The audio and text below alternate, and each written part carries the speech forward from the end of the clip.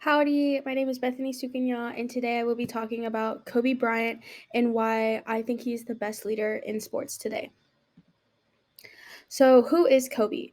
Kobe Bryant was a professional basketball player whose name is connected to multiple MVP awards, BET Sportsman of the Year, and even an Epsi icon. Aside from being the second youngest player to play in the NBA, he had a 20-year-long career in the NBA and had only played for the Los Angeles Lakers during that time.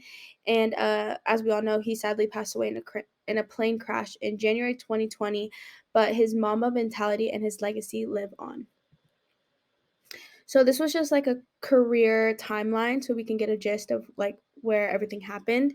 So in 1996, in June, he was selected 13th overall in the NBA draft by the Charlotte Hornets. And after only playing in high school, he didn't go to college. Then after a month, he was traded to his forever home, the Los Angeles Lakers, as I mentioned before. Then in 2000, he won his first NBA championship out of five. And during the season, he also made All NBA defensive first team in his first of nine. And then in 2002, He was named to his first out of 11 All NBA first teams, and that was tied. That was tied with the most with LeBron and Karl Malone. Then in 2003, this is whenever his Black Mamba alter ego and his Mamba mentality started. And it really took a life of its own because it kind of stemmed from him coming out from a low point in his life. And this helped him escape that. Then in 2016, he opened Mama Academy, which houses over 50,000 athletes and raises them to be the best of the best. And according to what Kobe said to Bleacher Report in 2018, he states, Mamba Sports Academy is a natural expansion of my commitment to educating and empowering the next generation of kids through sports.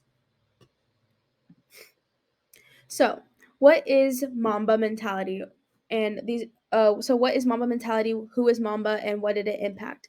So, what is Mamba? Mamba is Kobe's mindset of how he was able to be so focused and his career, sacrifices and everything, and he was able to do what he did. And honestly, it kind of means to just constantly try to be the best version of yourself and putting your goals in front of the life that you want because you can achieve them. So who is Mamba? As I said before, Mamba is not really a person. So there isn't really a who. It is a presence and a mentality. And to a lot of people, it is a way of life because they've changed the way that they viewed the world based on this mentality. Yeah, and what did it impact? It impacted people's way of life and it gave them hope. It moved people's focus to be more driven on their goals, as I stated before. So, how did he lead? Um, Growing up in the sports world like I did, and I'm still very much attached to that sports world, I saw firsthand um, how he affected people on the court and off the court. So he was a leader. He created an environment where he was always seen as a leader, but also where he was led. He let people lead him in a way that he couldn't lead other people, if that makes sense. He championed his teammates. He let people feel their mistakes and push them to get through those mistakes as they pushed him. Ambition. He never gave up on his goals, creating Mamba mentality, and his ambition set up the other players to grow. And his drive and his inspiration. And an example of that drive was I found an interview with Kobe Carl, and he just talks about how Kobe pushed Pow, which is his best friend, or which was his best friend, to step up his game and be the last person off the court to work.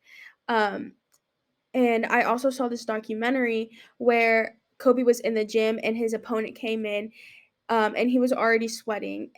But Kobe never stopped practicing until his opponent had left as well, because he wanted him to see that he wasn't going to sweat just because he was here and get in his head. And that pushed his opponent to do better. So why do I consider him to be the best leader in sports? And I think these are just three of the big things. It was adaptability, fairness, and distinctiveness, which is all things that we talked about being a good leader. And then, according to Bleacher Report, they backed up the idea that Kobe was a great leader despite his flaws. He held his teammates accountable or bring out their drive and their continuation to grow. They did label him as cocky and arrogant since those were attributes he was known for. But in the end, he is still one of the greats, and he's still in that conversation in the way that he led. Therefore, that's why I think that he is the best leader in sports now, even after his death, because his legacy and his Mamba mentality live on.